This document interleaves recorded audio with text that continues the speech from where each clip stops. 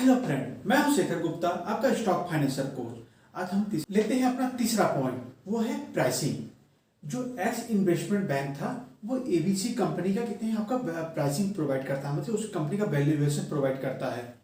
मान लीजिए कितने एक्स इन्वेस्टमेंट बैंक ने एबीसी कंपनी का कितने वैल्यूएशन आपका प्रोवाइड किया, 10,000 करोड़। पर वो जो एबीसी कंपनी चाहती है कि केवल 20% ही मेरा डायलूट हो, मतलब कि आईपीओ के थ्रू इन्वेस्ट हो। तो वो जो एक्स इन्वेस्टमेंट बैंक है वो टोटली कितने यहाँ पर एक प्लान बनाता है कि किस तरीके से उसका 20% जो कि होता है 10,000 करोड़ का 2,000 करोड़, उसको कितने मार्केट में आईपीओ के थ्रू अपने institutional investor, non institutional investor, retail investor को प्रोवाइड किया जाए और फिर स्टॉक एक्सचेंज में उसे लिस्ट कर दिया जाए कि हमें कि फंड मिल सके वो जो 20% का है। और जो 80% आपका जो बचता है वो प्रमोटर और कहते हैं जो इन्वेस्टर है उनके पास ही रहे, तो 20% हमें पब्लिक को प्रोवाइड करना है। तो इसके लिए उस कंपनी का वैल्यूएशन प्रोवाइड की जाती है। जैसे मैंने एग्जांपल के थ्रू बताया कि एबीसी कंपनी का आपका वैल्यूएशन कितना है, 10,000 करोड़। आपको कितना कितने अपना इशू करना है, प्राइस इशू कितना करना है आपको, 2,000 करोड़ का। तो आपने इशू प्राइस क्या किया कि एक शेयर का 200 रुपये आपने कितने आप कर दिया। ओके, आपके लिए कितने शेयर कितने आपने अलॉट किए टोटली आईपीओ के लिए, 10 करोड़ शेयर आपने अलॉट किए। ओके, 200 का एक शेयर और कितने हैं 10 करोड़ शेयर, मीन्स कितने हो गए 2,000 करोड़ रुपए। और आपका कहते हैं आपने इसको एक शेयर 1 2 3 4 शेयर आप नहीं ले सकते हैं, इसे आपको एक लॉट साइज में लेना पड़ेगा। मीन्स एक लॉट में इतने शेयर होते हैं, एक लॉट में कितने इतने शेयर प्रोवाइड होते हैं, वो कितने इन्वेस्टमेंट बैंक और कितने कंपनी डिसाइड करती है। तो मान लीजिए कितने उन्होंने कितने प्रोवाइड किया कि एक लॉट में आपको 50 शेयर लेने पड़ेंगे। मीन्स मिनिमम इन्वेस्टमेंट आपको कितना रहना चाहिए, 50 इंटू एक शेयर का प्राइस 200, वो कितना आता है 10,000 रुपये।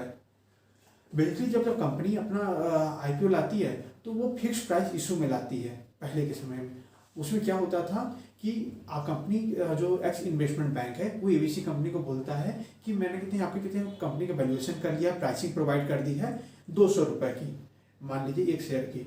तो उस हिसाब से कितने अगर उसका रिस्पॉन्स मार्केट से अच्छा आया, टाइम तो अधिक लग सकता है, अगर रिस्पॉन्स अच्छा नहीं आया तो हम समझ लेंगे जो हमने प्राइसिंग प्रोवाइड की थी और जो कंपनी की वैल्यूएशन प्रोवाइड की थी वो अच्छी नहीं है, तो उसके बारे में आगे विचार किया जाएगा, पर इसमें अधिक टाइम लग सकता था। तो इसके लिए एक अच्छा नया मेथड आया है आपका बुक बिल्डिंग इशू। इसमें क्या रहता है कि कितने आप एक फिक्स प्राइस प्रोवाइड कर देते हैं, मीन्स एक प्राइस बैंड में अपने टोटली प्रोवाइड कर देते हैं, जिसमें आपको उसके बीच में एक बिडिंग लगाना पड़ता है। मान लीजिए मैं आपको एग्जाम्पल के थ्रू समझाता हूँ। जो इंडिगो पेंट का आईपीओ जो आया था 20 से 22 जनवरी 2021 में, तो उन्होंने अपना बिडिंग प्रोवाइड किया था 1488 से लेकर 1490, मीन्स जो 1488 था वो उसका फ्लोर प्राइस था, जो ऊपर वाला 1490 था आपका कैप प्राइस था। तो इसके थ्रू आपको जो इसमें मैक्सिमम जो डिफरेंस रहता है वो केवल 20% का रहना चाहिए, उससे अधिक नहीं हो सकता है। तो इससे क्या फायदा मिला कि आपको उसके बीच में जो भी कितने प्राइसेस रहेंगी वहां पे आप बिडिंग लगा सकते हैं। बिडिंग लगाने से क्या होता है कि आपको जब उस कंपनी का कहते हैं जब शेयर अलॉट होगा, जब वो कहते हैं लिस्टिंग वो कंपनी अलॉट करेगी आपको शेयर, तो उसके बीच में जो आप मैच करेंगे, जो institutional investor, non institutional investor, जो रिटेल इन्वेस्टर हैं, उनके प्राइस बैंड को मैंड करेंगे कि वो कौन सा अधिक प्राइस उन्होंने लगाया है। वो टोटल इवेल्युएट करने के बाद वो जो एक्स इन्वेस्टमेंट बैंक देखेगा कि इस प्राइस पे आपके कितने बाइडिंग है, तो आपको तैयार रहना पड़ेगा कि तो जो मैक्सिमम कट ऑफ, जो मिनिमम कट ऑफ है, उसके लिए आपके इन्वेस्टमेंट बैंक को उतने पैसे रहने चाहिए कि आप उतने लॉट साइज जितना आपने लॉट साइज लिया है, 1 लॉट 2 लॉट 3 लॉट उस कंपनी का आईपीओ के थ्रू, उसके लिए आपको बैंक में उतने पैसे रहने चाहिए। और आपका कुछ समय के लिए आपका बैंक में पैसे ब्लॉक हो जाएंगे जब तक आपका कहते हैं आईपीओ का अलॉटमेंट प्रोसेस कंप्लीट नहीं हो जाएगा और आपके कहते हैं आपको अलॉट नहीं हो जाएंगे वो आपके शेयर। अलॉट होने के बाद उसके दूसरे दिन आपके पैसे, अगर आपको शेयर अलॉट हो गए तो वो पैसे मिल जाएंगे। अलॉट हो गए तो पैसे आपका ऑटोमेटिकली डिडक्ट हो जाएंगे। अगर नहीं डिडक्ट होगा तो ऑटोमेटिकली आपका अकाउंट से जो फ्रीज हुए थे वो ओपन हो जाएंगे, उसमें कोई दिक्कत नहीं। अगर आप चाहें तो कि आपका वो जो फ्रीज होते हैं उसका आपको इंटरेस्ट मिलता रहेगा, जिस तरीके से नॉर्मली आपके अकाउंट बैलेंस, सेविंग अकाउंट में आपको जो पैसे पड़े हुए हैं उसका इंटरेस्ट चलता रहेगा, जो फ्रीज होने का कोई दिक्कत नहीं है। अब इसके बाद आता है हमारा डिस्ट्रीब्यूशन प्रोसेस, जो हमारा चौथा पॉइंट है। डिस्ट्रीब्यूशन में क्या होता है कि जो कितने एक्स इन्वेस्टमेंट बैंक कंपनी है वो एबीसी कंपनी के साथ मिलकर अब अपने आईपीओ को कहते हैं लोगों तक पहुंचाती है, मतलब डिस्ट्रीब्यूट करती है। आपको जैसे अब तो कितने लोग इतने मीडियम हो गए हैं, आपका न्यूज़ हो गया, सोशल मीडिया हो गया, तो इससे लोगों को पता चल जाता है किसका आईपीओ आने वाला है, किसका नहीं आने वाला है। पहले के समय में जब रिलायंस का आईपीओ आया था तो उस समय लोगों को जा जाकर बताना पड़ता था। तो इसमें जो आपके क्वालिफाइड इंस्टीट्यूशनल बायर है QIB, वो भी कहते हैं इसमें भाग लेते हैं। जैसे कि आपका पेंशन फंड हो गया, म्यूचुअल फंड हो गया, इंडेक्स फंड हो गया, ये हाई नेटवर्क वर्क रहते हैं, इनके पास बहुत पैसे रहते हैं, तो इनको भी 50% इसमें आईपीओ में हिस्सेदारी मिलती है। और दूसरा है आपका नॉन इंस्टीट्यूशनल इन्वेस्टर, जो HNI पर्सन रहते हैं, हाई नेटवर्क इंडिविजुअल। ये क्या रहते हैं, जैसे राकेश झुनझुनवाला है, इनका कहते हैं ये HNI पर्सन है। और तीसरा क्या है, रिटेल इन्वेस्टर। रिटेल इन्वेस्टर मतलब हम लोग जो पब्लिक है, उस वो भी चाहे तो कहते हैं आईपीओ में पैसे अपना लगा सकती है। 1 लॉट से 2 लॉट, जितना लॉट आपके हिसाब से आप उसे ले सकते हैं। उसमें हम लोग को 35% का भागीदारी मिलता है, और HNI वालों को, जो नॉन इंस्टीट्यूशनल को 15% मिलता है। तो इस तरीके से कहते हैं आपका टोटल डिस्ट्रीब्यूशन होता है मार्केट में। और कहते हैं आप कभी कभी उसके बाद एक प्रोसेस होता है एप्लीकेशन प्रोसेस। डिस्ट्रीब्यूशन के बाद आपका डिस्ट्रीब्यूट तो हो गया आपका टोटल शेयर, अब एप्लीकेशन प्रोसेस आएगा।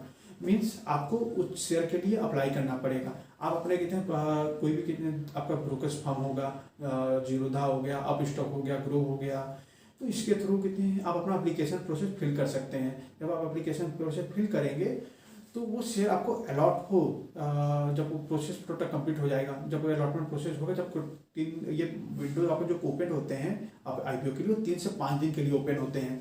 फिर उसके बाद आपको उसे 6 दिन 7 दिन बाद कहते हैं आपका अलॉटमेंट प्रोवाइड किया जाता है कि आपको अलॉट हुआ कि नहीं। जब वो अलॉट हो जाएगा, अगर कभी भी ऐसा होता है कोई शेयर रहते हैं ओवर सब्सक्राइब हो जाते हैं, जैसे आपने कहते हैं IRCTC का कहते हैं शेयर सुना होगा 107 टाइम सब्सक्राइब होता है, आपका आपने सुना होगा अभी इंडिगो पेंट का कहते हैं जब आईपीओ निकला था 117 टाइम सब्सक्राइब हुआ था। और कहते हैं आपका बर्जर किंग का आपने सुना 256 टाइम सब्सक्राइब हुआ था। और इस तरीके से मार्केट में कहते हैं अगर ओवर सब्सक्रिप्शन होता है तो आपको चांस कम है कि वो जो आपने लॉट साइज उस शेयर के लिए आईपीओ में बीडिंग लगाई है वो आपको अवेलेबल हो, क्योंकि बहुत लोगों ने कहते उस हिसाब से कहते बीडिंग लगाई है होगी। तो बहुत एक प्रिडिक्शन होता है कि 100 में से अगर कहते हैं उसका 100, जैसे मैंने इंडिगो पेंट का बताया 117 टाइम सब्सक्राइब हुआ था, मतलब 100 में से 2% प्रोबेबिलिटी है कि आपको मिल सके। तो ये टोटली कहते हैं सब्सक्रिप्शन पर डिपेंड करता है कि उसका अवेलेबल हो कि ना हो। चलिए हम अपने छठे पॉइंट को लेते हैं, शेयर अलॉटमेंट।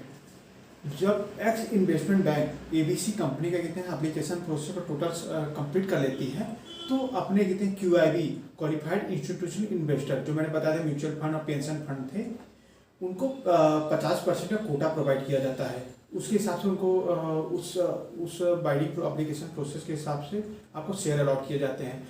दूसरा क्या है पर नॉन इंस्टीट्यूशनल इन्वेस्टर, जो अपने HNI वाले होते हैं, हाई नेटवर्क इंडिविजुअल, जैसे मैंने बताया था राकेश झुनझुनवाला, तो उन लोग को HNI वाले को, नॉन इंस्टीट्यूशनल इन्वेस्टर को आपको 15% कोटा प्रोवाइड किया जाता है। और तीसरा हमारा क्या है, रिटेल इन्वेस्टर, जैसे हम लोग हो गए, पब्लिक हो गई, उनको कहते हैं लगभग 35% का कोटा प्रोवाइड किया जा सकता है, उसमें आप ले सकते हैं। कभी कभी ये जो कहते हैं आपको अलॉटमेंट प्रोसेस जब प्रोवाइड की गई है, ये कभी कभी ओवर सब्सक्रिप्शन हो जाती है, तब कैसे अलॉटमेंट होता है वो मैं आपको नेक्स्ट वीडियो में एक्सप्लेन करूंगा। मैं एक एग्जाम्पल के थ्रू आपको समझाता हूँ। अभी कहते हैं इंडिगो पेंट ने अपना IPO लाया था, उन्होंने कहते हैं 58,40,000 का शेयर अपना कहते हैं डाइल्यूट किया था 300 करोड़ रुपए रेज करने के लिए मार्केट से। तो उन्होंने एक प्राइस बैंड प्रोवाइड किया था 1488 से लेकर 1490 का, और एक लॉट में उन्होंने 10 शेयर रखे थे। तो इस हिसाब से आप मिनिमम इन्वेस्टमेंट आपको कितना चाहिए, 14,900, 1490 इंटू 10, 14,900 रुपये को मिनिमम इन्वेस्टमेंट चाहिए था। और इस प्रोसेस से टोटली आपने देखा होगा उसके सब्सक्रिप्शन 117 टाइम हो गए थे इंडिगो पेंट के। तो इसकी वजह से हमें कुछ लोगों को मिला भी नहीं था, मुझे भी नहीं मिला था, तो कोई दिक्कत नहीं। आगे के हम देखते हैं और भी IPO आ रहे हैं, न्यूरेका का आ रहा है, रेटेल का आ रहा है, अभी 15 से 18 फरवरी को है, और रेटेल का है 18 से 20 फरवरी में। इसमें भी आप चाहें तो निवेश कर सकते हैं, इसके वीडियो भी मैं अलग से बना दूंगा। सातवां अपना पॉइंट है लिस्टिंग ऑन स्टॉक एक्सचेंज। आपके जो आपके शेयर कहते हैं IPO के थ्रू अलॉट हो गए, तो वो कहते हैं जब आपके अलॉट हो जाते हैं उसके कहते हैं 3 दिन बाद वो कहते हैं आपके नेशनल स्टॉक एक्सचेंज या बॉम्बे स्टॉक मतलब स्टॉक एक्सचेंज पे वो लिस्ट हो जाते हैं कि जो नया बायर और जो इन्वेस्टर और हैं उनके बीच में वो शेयर और अमाउंट अपने आप लिक्विडिटी बनी रहे, अपने आप वो फ्लो हो सके, और जो हमारे प्रीवियस इन्वेस्टर थे वो वहाँ से एग्जिट पा सके उस मार्केट से। बेसिकली जब अपना IPO आप लाते हैं वो बीडिंग प्रोसेस कितने दिन के लिए, लगभग 3 से 5 दिन के लिए ओपन रहता है। जैसे हमने देखा अभी इंडिगो पेंट का आया था तो वो 3 दिन के लिए ओपन था। उसके पहले IRFC का आया था 18 जनवरी को, तो वो भी 3 दिन के लिए ओपन था। स्टॉक का भी कितने आप आया था 3 दिन के लिए ओपन था। बेसिकली 3 से 5 दिन के लिए आपका विंडो ओपन रहता है कि आप अपने बिडिंग लगा सकें। अब तो एप्लीकेशन प्रोसेस को बहुत सिंपल कर दिया गया है। पहले कितने आपका ASBS सिस्टम था, application supported by block demo. उसमें क्या था, आपको नेट बैंकिंग के थ्रू कितने हैं आपको अपने पैसे कितने इन्वेस्ट करने पड़ते थे। आपका कितने SBI के कितने यहाँ पर किसी का भी नेट बैंकिंग हो या कितने आपका UPI का हो, तो उसके थ्रू आप जाकर पूरी एप्लीकेशन प्रोसेस को उनकी वेबसाइट पे IPO का अलग उनका कितने पेज था, उस पेज पे आपको जाकर टोटल बिडिंग प्रोसेस लगानी पड़ती थी, अपनी क्वांटिटी सेलेक्ट करनी पड़ती थी। अब जब से आया हुआ है UPI सिस्टम, तो डायरेक्टली आप अपने फोन पे UPI के थ्रू या कितने भीम UPI के थ्रू आप अपने बिडिंग लगा सकते हैं। तो इसमें कितने एक बहुत अच्छा कितने आपको चीज़ें मिल गए हैं कि UPI अब नए सिस्टम के थ्रू आप आज क्या है उसको सेबी ने कितने आपने ऐड कर लिया है। पहले आप अपने स्टॉक ब्रोकर के थ्रू डायरेक्टली आप IPO में इन्वेस्ट नहीं कर सकते थे, क्योंकि उसमें UPI का कोई सिस्टम नहीं था। अब कितने स्टॉक आप अपने स्टॉक ब्रोकर के थ्रू भी आप किसी भी स्टॉक ब्रोकर, आपको मैंने बताया जीरोधा, आप स्टॉक ग्रो, इसके थ्रू भी कितने हैं आप चाहें तो आपने UPI, फोन पे UPI, भीम UPI के थ्रू कितने आपने बिडिंग लगा सकते हैं उस कट ऑफ प्राइस पे या हाई प्राइस पे। आपको अपने कितने ऐप के थ्रू आप उस बिडिंग प्रोसेस में भाग ले सकते हैं। अब क्या रहता है, जो अपना विंडो जब ओपन होता है, जब क्लोज होता है, जब आपको शेयर अलॉट हो जाता है, उसके 3 दिन बाद कितने वो स्टॉक मार्केट में कितने लिस्ट हो जाता है।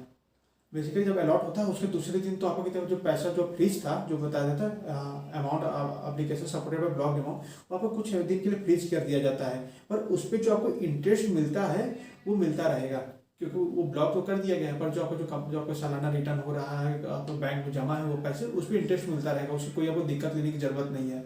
वो कंपनी कहते हैं कुछ समय के लिए आपको पैसे ब्लॉक करेगी जब तक उसका फाइनल अलॉटमेंट नहीं हो पाता है। फिर उसे दूसरे दिन आपको वो फ्रीज का वो कहते हैं वो फ्रीज से वो फ्रीजिंग हटा देगी अपने आपके कितने अमाउंट से, आपका अकाउंट फ्री हो जाएगा। तो इसके लिए आपको एक जब लिस्ट हो जाते हैं मार्केट में अलॉटमेंट के बाद 3 दिन आपका लेता है नेशनल स्टॉक एक्सचेंज में लिस्ट होने के लिए। बेसिकली पहले ये 6 दिन था, पर सेबी ने इसे देखकर 3 दिन घटा दिया है। कि इसके लिए क्यों घटा दिया गया, इससे कहते हैं आपको वो जो जिसने कहते हैं अपना जिस कंपनी को फंड चाहिए वो फंड जल्दी से मिल जाए IPO के बाद। और जो जिस इन्वेस्टर को कहते हैं उन्होंने पैसा लगाया था, एंजल इन्वेस्टर वेंचर कैपिटलिस्ट को, उसको जल्दी से लिस्टिंग के बाद अपना एग्जिट का प्लान मिल जाए, क्योंकि वहाँ से क्योंकि लिक्विडिटी अधिक रहती है आपको स्टॉक एक्सचेंज में लिस्ट होने के बाद, तो वहाँ पे कितने अधिक अमाउंट में या कितने उस शेयर की प्राइस पे डिपेंड करता है कि वो एंजल इन्वेस्टर वहाँ से हट सकता है। और मार्केट में कहते हैं आपका फास्टर रिटर्न प्रोवाइड हो, मतलब 6 दिन से 3 दिन हो गया तो आपका फास्टर रिटर्न प्रोवाइड होगा। मीन्स जल्दी से कहते हैं जो आपका जो पैसे कहते हैं अलॉट हुए हैं या आपको शेयर अलॉट हुआ है उसको जल्दी अलॉट हो जाएगा। जब मैं पब्लिक हूँ, मुझे कहते हैं शेयर मैंने लिया है तो 3 दिन में मुझे मेरे पास इस स्टॉक मार्केट में लगाने के लिए मुझे सुविधा मिल जाएगी। और बेसिकली कंपनी को अपना फंड मिल जाएगा, एंजल इन्वेस्टर को अपना एग्जिट मिल जाएगा इतना जल्दी। और जब देशों में कहते हैं ये 1 दिन का है, तो सेबी ट्राई कर रही है किस तरीके से करें। अभी आपको कहते हैं नए IPO आ रहे हैं, मैं कहते हैं उसके बारे में आपका वीडियो बनाऊंगा। पर कहते हैं अभी आपका अलॉटमेंट प्रोसेस के बारे में टोटली मुझे डिस्कस करना है कि किस तरीके से अलॉट होता है, अगर ओवर सब्सक्राइब हो तो कैसे काम करें। तो इसके लिए नेक्स्ट वीडियो में मिलते हैं, तब के लिए धन्यवाद।